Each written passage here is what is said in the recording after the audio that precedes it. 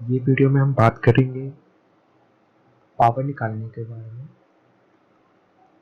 Using recursion.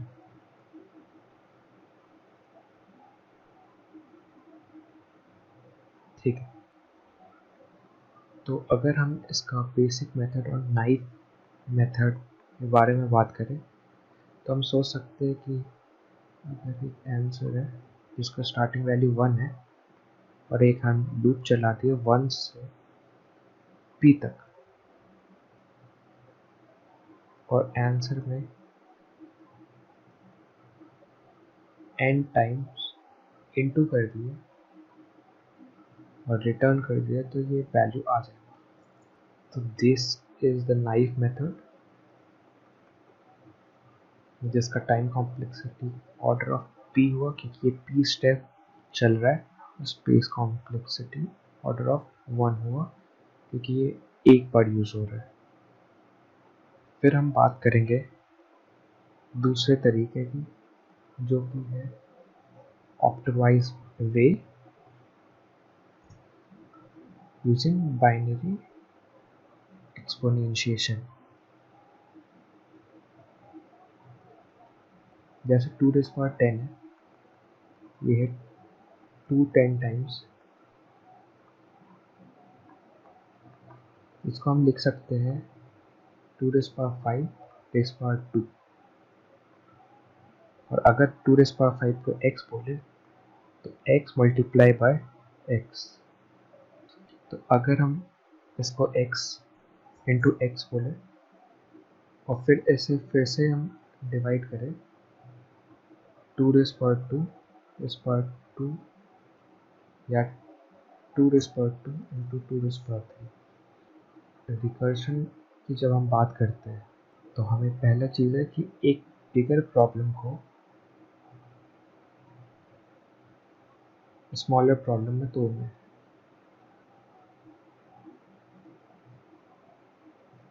और वो उसका सलूशन हम यूज़ करेंगे वो बिगर प्रॉब्लम को सॉल्व करने में। तो हमें एक बिगर प्रॉब्लम था 2⁻10, उसको डिवाइड किए 2⁵2, फिर उसके बाद उसको डिवाइड किए और इसका वैल्यू हम सॉल्व किए और ऊपर ऊपर लेके जाए। तो हम इसको कह सकते हैं अगर n, p, इसमें p का दो पॉसिबिलिटी हो सकता है, या तो ये इवन हो या तो ये ऑड हो। अगर ये इवन होता है तो हम इसे p/2 इंटू n p/2 कर सकते हैं। अगर ये ऑड है तो n को हम बाहर लेके p-1 टाइम इंटू कर सकते हैं। n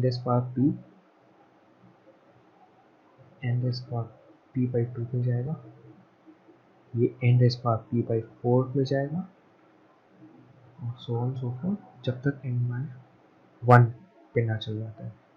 जैसे इसका वैल्यू आ जाएगा तो ये ऊपर जाएगा, फिर इसका वैल्यू मिलते जाएगा और बड़ा प्रॉब्लम सॉल्व हो जाएगा हमारा। हमें 5⁻7 है तो इसमें हमें 5 इंटू 5⁻6 निकालना है।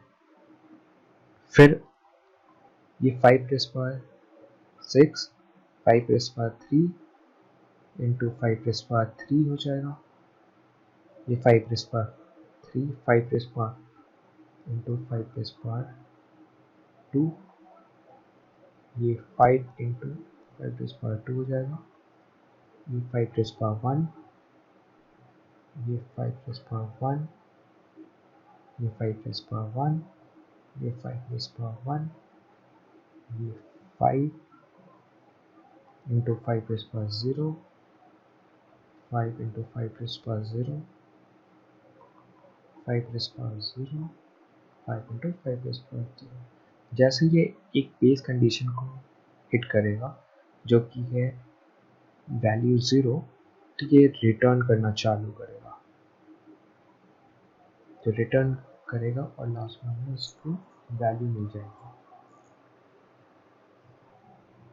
तो जैसे रिकर्शन में एक पहला स्टेप मैंने बताया एक बड़ा प्रॉब्लम को हम छोटे में तोड़ेंगे, छोटे प्रॉब्लम का सोल्यूशन निकालेंगे, फिर उसके बाद हम ऊपर की तरफ मूव करना चालू करेंगे। ये छोटे प्रॉब्लम हम कब तक जाएंगे, जब तक हम एक बेस कंडीशन और बेस केस हिट नहीं करते, वहाँ पे हम स्टॉप कर देंगे और ऊपर मूव करना चालू कर देंगे। तो ये हमारा हो गया। तो इसमें एक चीज़ आती है कि क्या हमें ये दो बार निकालने की ज़रूरत है, ये एक पार्ट ये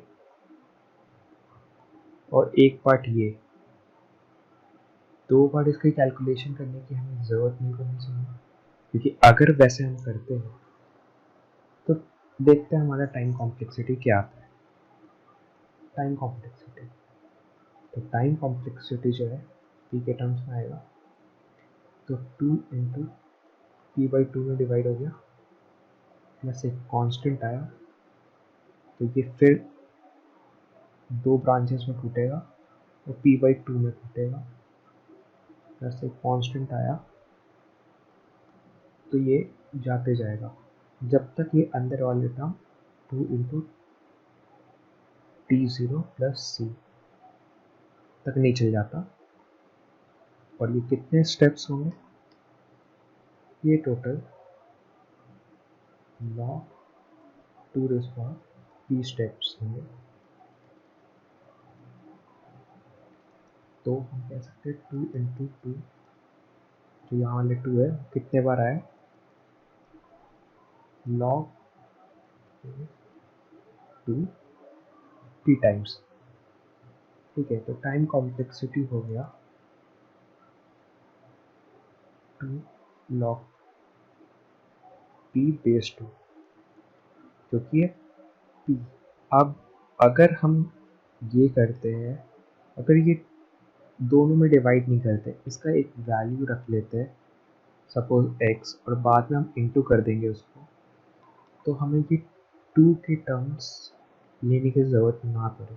तो ये जब 2 के टर्म्स आएंगे नहीं, ठीक है, कांस्टेंट टाइम हो जाएगा 1, तो तब जब उसके ब्रांचेस नहीं आएंगे जो दो बार आ रहे हैं और डुप्लीकेट नहीं आएंगे, तो टाइम कॉम्प्लेक्सिटी हो जाएगा हमारा लॉग 2 बेस पी। हम ये फंक्शन लिखेंगे क्या। अब बेस केस के बारे में बात कर ले, तो बेस केस क्या क्या हो सकता है, तो कब ये ख़त्म हो रहा है, 5 या 6, 5, पहले ये 3 है, फिर 5, 5 2, अब ये 5 1 और ये 5 0, 0 पे जाके ये हिट जैसे करता है, तो ये एक बेस कंडीशन पे हिट कर जाता है। तो हम ये बोल सकते हैं कि जब p का वैल्यू 0 है तो हम रिटर्न कर सकते हैं 1। एक और केस आएगा जब n का वैल्यू ही 0 हो जाए, तो हम 0 रिटर्न कर सकते हैं। तो ये दो बेस कंडीशन आ गई। तो हम एक फंक्शन लिखते हैं, फंक्शन जिसमें एक आर्गुमेंट n है, एक है p, n is the number, p is the power। तो हम एक काम कर सकते हैं, n इक्वल्स टू 0 हुआ तो रिटर्न कर देंगे 0, अगर p 0 हुआ तो रिटर्न कर देंगे 1। अब p अगर इवन है तो एक वैल्यू ले लेंगे x, उसमें डाल देंगे फंक्शन को, जिससे हमारा वैल्यू आएगा p बाई 2 के लिए, और रिटर्न कर देंगे x इंटू एक्स को। अगर p ऑड हुआ तो हम रिटर्न कर देंगे n into function